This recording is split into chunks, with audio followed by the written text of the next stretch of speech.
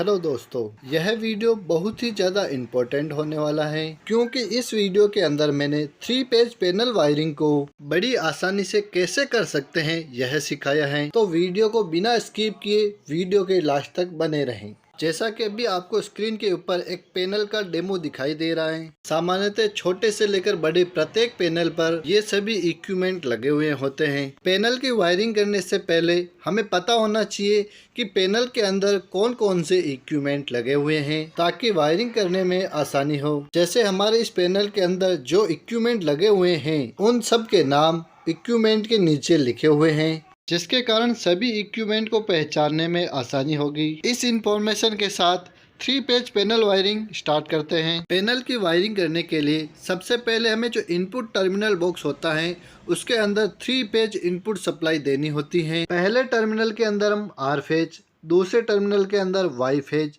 और तीसरे टर्मिनल के अंदर हम बी फेज को कनेक्ट करेंगे। पैनल वायरिंग करते समय ध्यान रखें, या तो मेन पावर सप्लाई को डिस्कनेक्ट कर दें और पावर सप्लाई डिस्कनेक्ट नहीं की जा सकती हो तो पूरी सेफ्टी के साथ कार्य करें ताकि विद्युत दुर्घटना होने की संभावना नहीं रहे। टर्मिनल बॉक्स के नीचे वाले तीनों टर्मिनल के अंदर वायर कनेक्ट होने के बाद अब टर्मिनल बॉक्स के जो ऊपर वाले टर्मिनल आपको दिखाई दे रहे हैं, इन टर्मिनल के कनेक्शन हमें एमसीबी के साथ करने होते हैं।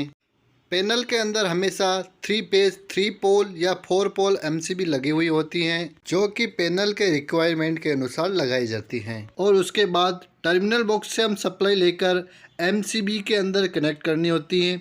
आर फेज, वाई फेज और बी फेज को कुछ इस प्रकार से हमें एमसीबी के अंदर जोड़ना होगा। इतना करने के बाद जो हमारी पावर सप्लाई टर्मिनल बॉक्स के अंदर थी वह अब एमसीबी के अंदर आ चुकी है और इसके बाद सप्लाई एमसीबी से निकलकर वोल्टमीटर के अंदर संयोजित होगी। यहाँ पर एक बात इम्पोर्टेंट है दोस्तों, वोल्टमीटर के अंदर केवल 2 ही टर्मिनल हैं जबकि एमसीबी से निकलने वाली सप्लाई हमारे पास 3 पेज सप्लाई है। तो अब हमें क्या करना होगा दोस्तों, जो हमारे पास एमसीबी के अंदर 3 पेज सप्लाई है इसमें से कोई भी 2 फेज हमें वोल्टमीटर के अंदर जोड़ देने हैं। जैसे अभी हम आर और वाई फेज को वोल्टमीटर के साथ कनेक्ट करेंगे और बचा हुआ बी फेज अभी हमें यहीं पर ही छोड़ देना है।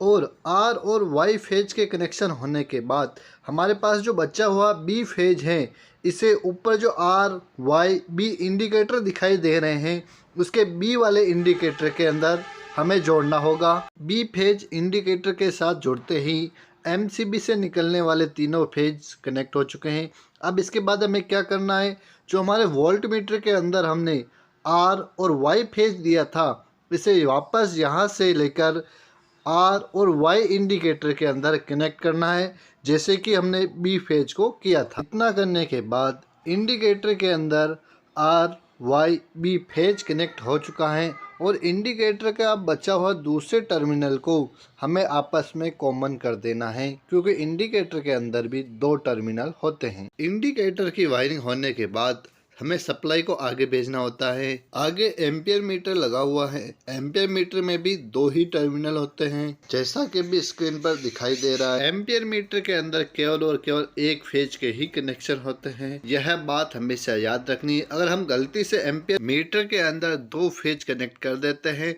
तो शॉर्ट सर्किट होना तय है। एम्पियर मीटर के कनेक्शन करने के लिए हम बी फेज का उपयोग करेंगे और बी फेज जो कि इंडिकेटर के अंदर उपलब्ध है यहीं से हम एक वायर लेंगे और एम्पियर मीटर के अंदर कनेक्ट करना होता है जैसा भी स्क्रीन के ऊपर आपको दिखाई दे रहा होगा।